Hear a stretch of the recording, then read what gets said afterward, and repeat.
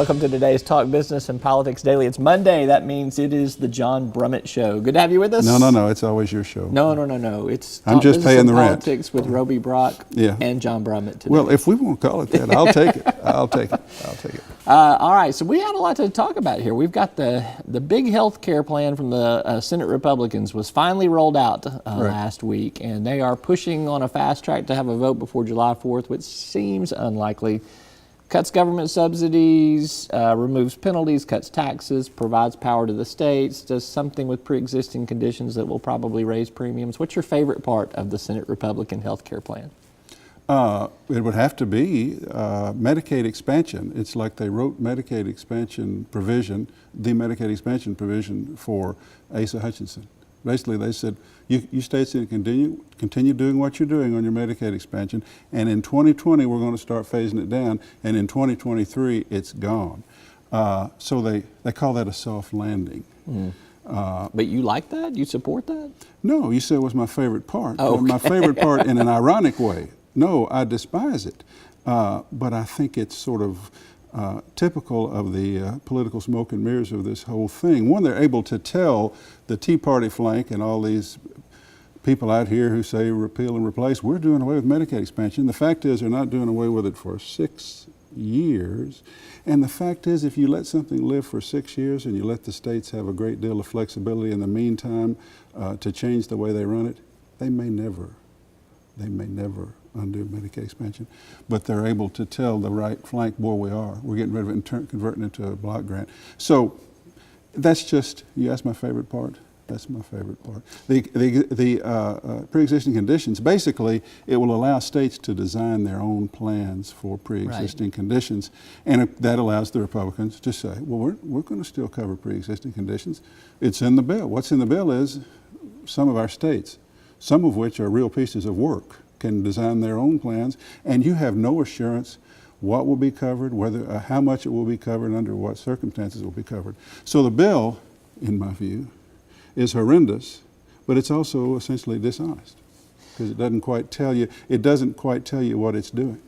So what do you make of, first of all, we haven't seen a CBO score on this. We don't really know kind of what some of the fiscal impact is. A lot of this analysis are obviously coming from experts. But you do have like the Health and Human Services Secretary Tom Price claiming that premiums are going to go down. Kellyanne Conway on the talk shows on Sunday saying that it is not a Medicaid cut.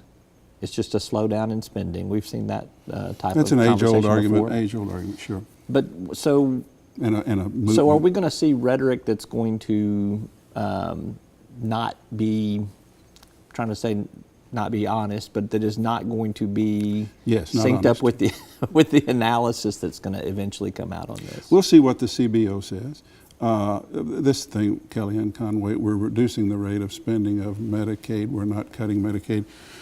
You're cutting what it will cover in the future. You are cutting what's in the method in which you will distribute Medicaid money to the states, rather than going from an open-ended, elastic system. When they incur the expense, you send the matching money. We're going to give them a budget to live on. They tell their right flank, we're cutting Medicaid, and then when they get the moderates give them trouble on the other side, they say, no, we're not. We're cutting the rate of growth and adding some responsibility. Then you got, speaking of not getting the straight story, Tom Cotton was one of 13 senators. I remember I've been saying 11. It turns out it was 13. We don't know how many it was, who were said to be involved with Mitch McConnell as a special ad hoc committee to design this bill. Then the bill comes out, and do you know what Tom Cotton said? Well, I do, because we quoted him on that. Well, it's your story. It's your story. I believe your headline, which just had me sort of guffawing at my computer, Cotton Mum, on bill he wrote, which is not your headline. It's my version of the headline. I think we had the word mum in there. Well, in mum, but not that he wrote it. I mean, it remains to be seen how active he was in that group of 13. But basically, he's involved in the creation of this bill, and the minute he comes out, he's telling the folks back home, well, I'm going to have to read this. I don't know.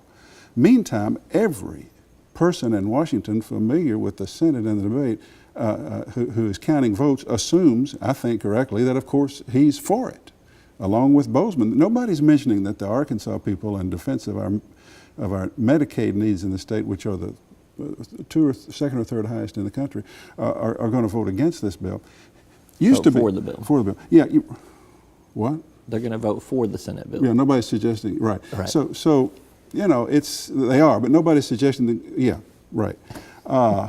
Gets kind of confusing when you get worked up. Well, so let's go to this. There are a group of senators that are Republican senators that are saying, I'm not here. Some want to see the bill become more conservative. Others, I think, feel like it goes too far. How does Mitch McConnell, can he get to 50 votes? Because he only needs 50 because Pence can break the tie. Here's what I was assuming. They're going to do a little dance, a little charade, and they're going to let people express their supposed neutrality or their opposition to the bill as written, which 4 conservatives have done, and now 1 moderate from the other side in Nevada.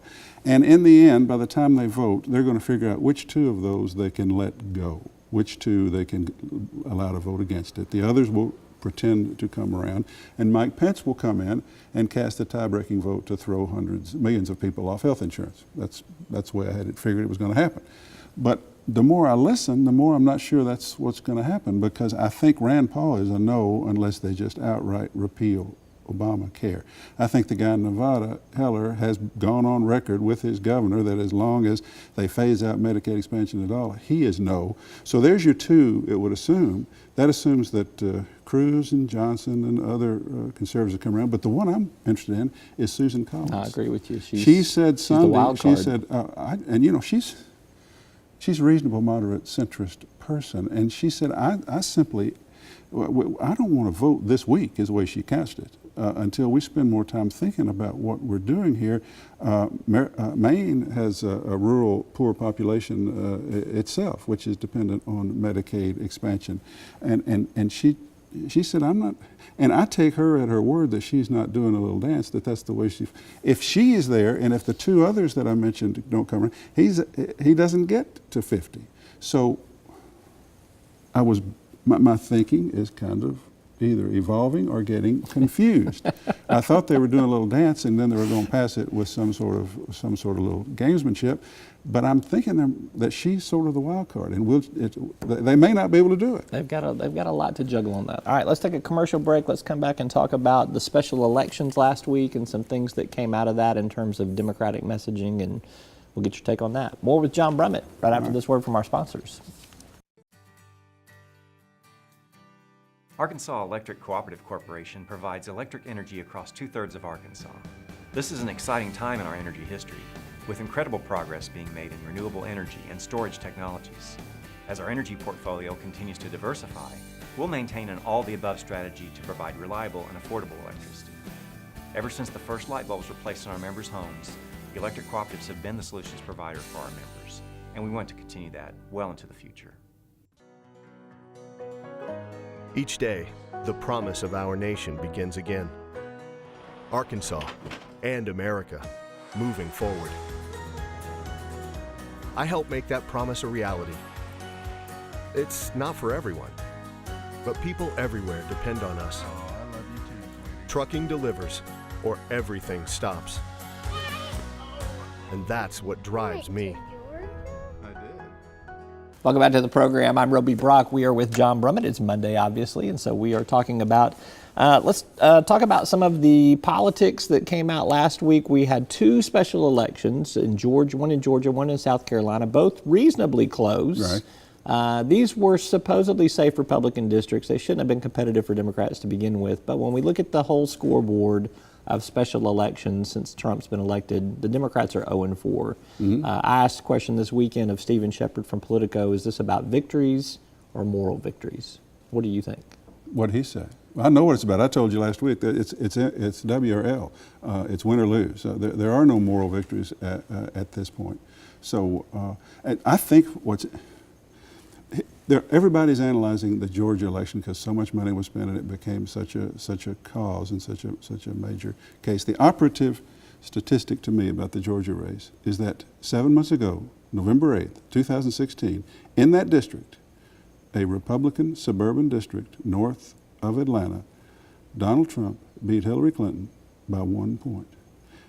Last week, the Republican congressman won against an onslaught of money from the Democrats by 4 points. What happened during those 7 months?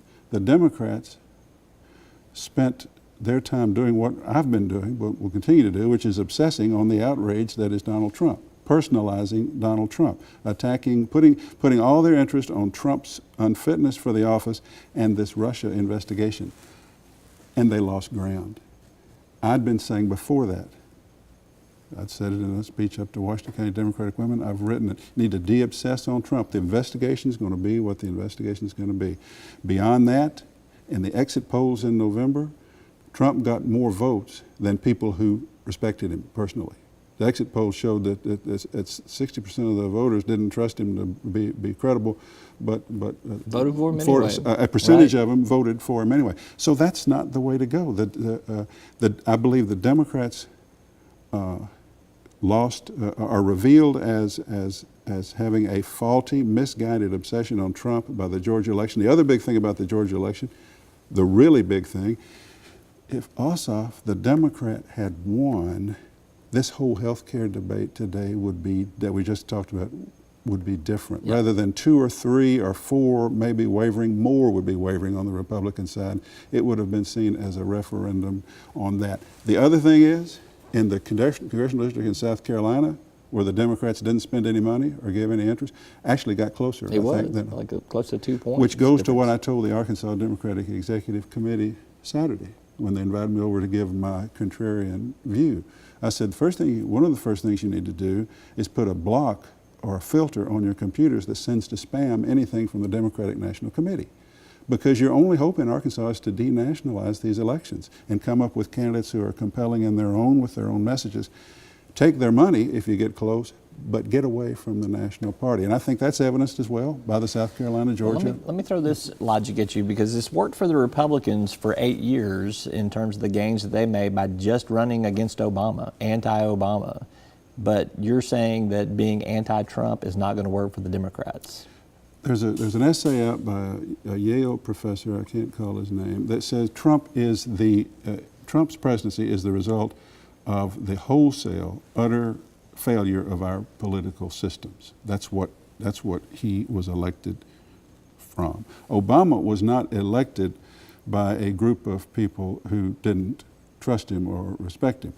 Trump was, simply because it's an opposition to politics as usual. Therefore, Trump is immunized every time an great establishment newspaper reveals something that ought to be devastating about him. That base that either likes him or will vote for him in spite of that says, well, that's just the national media or the liberal media or the deep state. He has a special level of insulation from any sort of rule that has applied before. Now, his negatives are so high, you ought to be able to beat him. You should have been able to beat him with those negatives that high last November. Hillary Clinton couldn't because hers were just as high, right, if not worse. What the Democrats need to do is let Robert Mueller do his investigation. Let this thing go where it goes, and stand for something, but and convey a message that seeks to connect with people in their real lives. Just more of an economic message, more of a social message. No, it's an economic message. Here's what I think. That's what I told the Democrats Saturday. A constitutional amendment to repeal Citizens United, to get this unregulated, obscene amounts of dark money out of politics, which inordinately benefits Republicans and is a factor, the big pharma and big insurance money, a factor in this kind of anti-poor, anti-Arkansas health care bill they're putting out.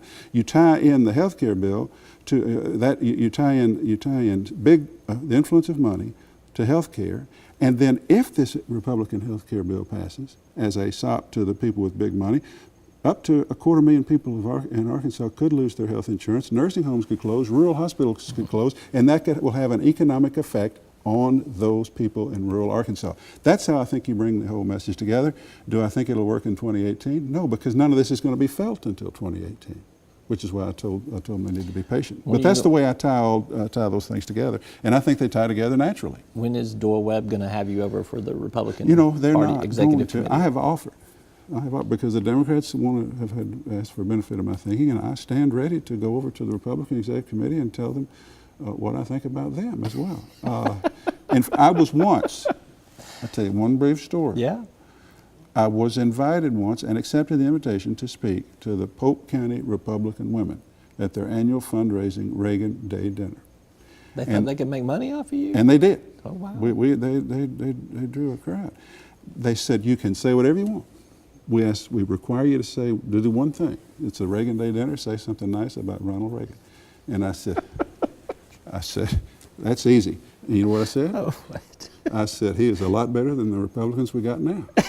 So we had a good event, and they raised some money. All right. So I'm willing to offer that kind of insight to Republicans, Democrats, independents at any time. You'll go anywhere, anytime for the right audience. For the right audience. No money, just the audience. All just right. the chance to be listened to. John Brummett with the Arkansas Democrat-Gazette. Read him Tuesdays, Thursdays, Sundays, and catch him online Wednesday. Yes, sir. I got it all. You've got it. All right. Thanks for being here. All right. And thank you for watching. That's all for today's program. We'll see you next time.